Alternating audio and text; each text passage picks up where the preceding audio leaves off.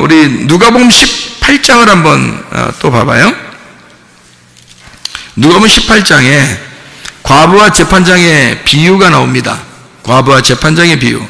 여러분이 잘 아는 그런 말씀인데요. 과부와 재판장의 비유요. 여기서 과부와 재판장의 비유에서 말해요. 여러분이 여기서 한번 봐야 될 그런 문제가 하나 있는데, 그게 바로 뭐냐면 여기에 어떤 귀절이, 그러니까 과부와 재판장의 비유에서 누가복음 18장 1절부터 8절까지의 내용에서 가장 중요한 절수가 있다면 어디 있어요? 뭐 다 중요하지만 한 귀절을 찾으세요. 그러면 어디를 찾겠어요? 여러분 같으면 1절부터 8절까지에 어떤 거를 찾겠어요?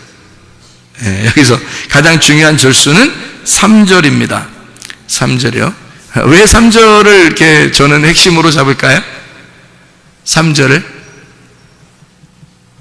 3절에 여기 보니까 이 과부가 간청하게 되는 그 간절히 원한을 풀어주소서 하는, 그렇게 막 그 과부가 번거롭게 아주 그냥, 그러니까 하여튼 고통을 준 거예요. 이게 번거롭다는 말은 코포스라는 말이고 파레코라는 말입니다. 포커스, 파레코, 이게 번거롭게란 말이에요.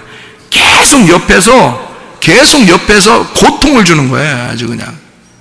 그러니까 계속 얘기하는 거예요. 옆에서. 그런 사람들 있죠. 왜? 얘기하면 알았어, 해줄게. 그런데 계속 얘기해요. 그런 사람들 있죠. 그러면은 보통 뭐 여자들이 그렇게 하면 남자들은 대부분 뭐 들어주게 돼 있죠. 그렇게 번거롭게 하면. 그 번거로운 거예요. 그게 계속 옆에서 얘기하는 거예요. 그게 번거롭다, 그렇게 얘기하는 건데요. 풀어주지 않겠느냐. 이 풀어준다는 말이요, 포이에오라는 단어입니다. 이 포이에오라는 단어가 영어로 말하면 to make라는 단어고요, to do라는 단어입니다. 포이에오라는 단어가요. 이 말은 만들어낸다, 제조한다는 말이에요. 그러니까 원한을 풀어주지 않겠느냐, 그 원한을 만들어주지 않겠느냐, 그 말이에요. 그러니까 원한 갖게 해주지 않겠느냐는 말이 아닙니다. 그 원한이 있으면 그것을 좀 제조해서 다시 이것을 만들어내지 않겠느냐. 하나님이 그것을 만들어내지 않겠느냐, 이 말이에요. 하나님이. 그러니까 이 과부가 그 간절히 원할 때 그것을 다 이렇게 만들어내지 않겠느냐 하는 얘기고, 여기 그 18장 8절에 보면요, 원한을 풀어준다라는 말이 있죠. 인자가 올 때 세상에서 믿음을 보겠느냐. 이 믿음이 피스티스입니다. 믿음. 여러분이 잘 알죠? 이 믿음이라는 게 피스티스라는 말은 페이도에서 온 말인데, 이게 내적 확신으로 존재한다는 의미입니다. 이게 그러니까 아주 그냥 한번 있었다 마는 게 아니에요. 그런 걸 믿음이라고 얘기하는 게 아니라 존재하는 그 자체, 그 꾸준함을 얘기하는 거예요. 그게 피스티스예요. 꾸준함. 그러니까 믿음은 한번 여러분이 가졌다고 끝나는 게 아니고, 여호수아와 갈렙처럼 애굽에서 믿음을 가졌는데 광야와 가나안 땅에 들어갈 때까지 여호수아와 갈렙이 변함이 없었잖아요. 여호수아 갈렙이 정탐꾼이었을 때 그 믿음을 충분히 하나님 앞에 발휘했고 사람들에게도 믿음을 보였죠. 그런 다음에 실제로 가나안 땅에 들어갔을 때 갈렙이라는 사람 보세요. 얼마나 믿음이 있는지. 그 사람이 자기가 나이가 먹었어도 힘이 장사라고 생각하면서 그 마음이 그런 거죠. 마음이 그런 건데 힘이 장사라고 하면서 어느 땅을 달라고 그래요? 산지를 달라고 그래요. 헤브론이라는 그 산지를. 거기에 거인들이 살았거든요. 거인들이 사는데 자기한테 달라는 그 땅을 자기가 가서 정복하겠다는 겁니다. 헤브론을. 그러니까 헤브론이 굉장한 장소거든요. 그러니까 이 굉장한 장소가 아브라함이 예배드린 장소예요. 그거를 이 갈렙이, 아브라함의 그 유대인들이 다 아브라함의 자손이잖아요. 그러니까 이 사람들, 유대인의 자손 중에서 이 갈렙이라고 하는 사람이 사실 중간에 끼어들어온 이스라엘 백성이에요. 마치 우리들과 같은 사람들입니다. 여호수아는 그렇지 않죠. 여호수아는 원래 에브라임 집하고 원래 그 이스라엘 백성이에요. 여호수아는. 그 모세도 그렇고요. 모세는 레위인이고요. 근데 이 갈렙이라는 사람은 이 족보가 불분명합니다. 이 사람은 중간에 끼어들어온 믿음의 사람이에요. 우리와 똑같은 사람인데, 가가지고 세상에 아브라함이 예배드렸던 그 장소를 달라는 거예요. 헤브론을. 그 뭘로 달라고 한 거예요? 그 어떻게 뭘로 달라고 한 거예요? 말로 달라간 거예요? 믿음으로 얘기한 거예요, 믿음으로. 그러니까 믿음이라고 하는 게 한 번 이렇게 가졌다는 게 아니라 여호수아 갈렙이 끝까지, 처음부터 끝에까지 계속 꾸준한 믿음을 가지고 있었다. 그게 믿음이라고 그러는 거예요. 피스테스라고 하는, 이 페이도. 이게, 끝까지 유지하게 하는 그 믿음. 근데 그런 믿음을 보겠느냐라는 말 할 때 이게 휴리스코라는 단어를 썼습니다. 그런 믿음을 보겠느냐 이렇게 할 때요, 이게 휴리스코라는 단어를 썼는데 그게 뭐냐면 찾겠느냐라는 말입니다. To find. 이걸 찾을 수 있겠나? 이런 사람, 이런 믿음을 가진 사람을 내가 찾을 수 있겠나? 그런 말이에요. 그런 믿음을 찾을 수 있겠나? 여러분이 교회를 다닌다고 그러면 진짜 믿음을 소유하셔야 하는데, 진짜 믿음이라고 하는 건 변함없는 그 꾸준한 그 믿음을 가진 사람, 하나님이 그렇게 믿음을 가진 사람을 찾을 수 있는 사람, 찾고 싶은 사람, 하나님이 그런 믿음을 가진 사람이 많지 않아서 그러니까 찾을 수 있겠냐, 발견할 수 있겠냐 하는 얘기인데, 그건 사람이 별로 없으니까 그렇게 찾는다고 하지, 뭐 많으면 찾겠어요? 만약에 수천 명이 막 걸어가고 있는데 거기에 내 아들을 찾아야 되겠다 그러면 거기서 막 내 아들이 한 명밖에 없으니까 찾을 거 아닙니까? 그렇게 찾는 걸 얘기하는 거예요. 아니 뭐 수천 명이 걸어가고 있는데 뭐 수천 명이 다 그 아들이면 뭐하러 찾아요? 다 아들인데. 여기서 찾는다는 그것은 그렇게 믿음을 가진 자가 적기 때문에 그 사람을 찾아내려고 하는 거예요. 믿음 있는 자를. 그러니까 그만큼 믿음 있는 사람이 적다는 얘기입니다. 그만큼 믿음 있는 사람이 적다. 여기서 과부가 재판장한테 옆에서 계속 간청한 게 있어요. 아주 괴롭힌 거죠. 막 고통, 막 상처를 주는 거예요, 이게. 그러니까 오죽 상처를 줬으면 이 재판장이 알았다 그냥 막 번거로워가지고 알았다 내가 그냥 맨날 너 나 괴롭히게 하니까 아주 그냥 들어주겠다는 거예요.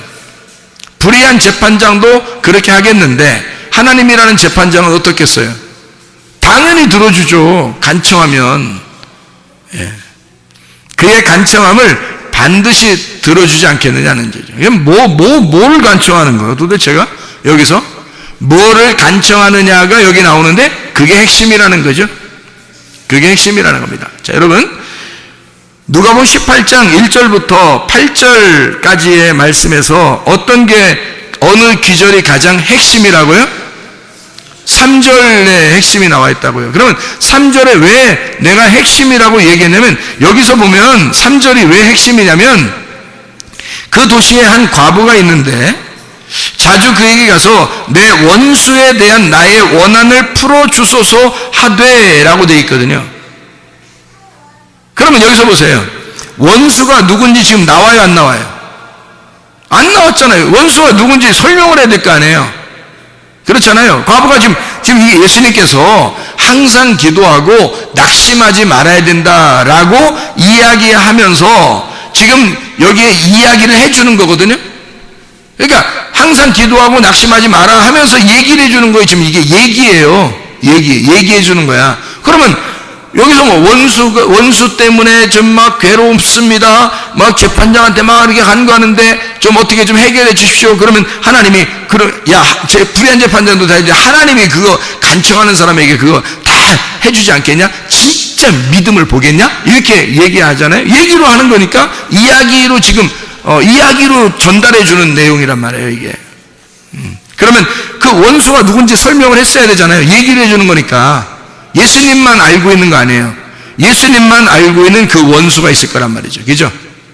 예수님만 알고 있는 그 원수가 있을 거란. 근데 예수님만 알고 있는 원수면 지금 우리 이것을 써놓고 우리 그 이야기를 듣는 독자들에게, 청취자들이나 독자들에게 이것을 이야기할 때 그냥 원수 그러면 누가 원수인지를 알아요, 여러분. 생각해 보시라고. 그러니까 원수라고 하는 것을 깨닫게 해줘야, 원수라고 하는 걸 알려줘야, 그게 누군지 알아야 그 원수에 대한 간청함을 들어주었다라는 것이 말이 성립이 되는 건데, 예수님이 원수에 대한 이야기를 자세하게 내용을 설명하지 않습니다. 근데 이 원수라는 단어만 이렇게 써놨어요. 어떻게 써놨냐면 안티디코스라는 단어를 썼습니다. 안티디코스.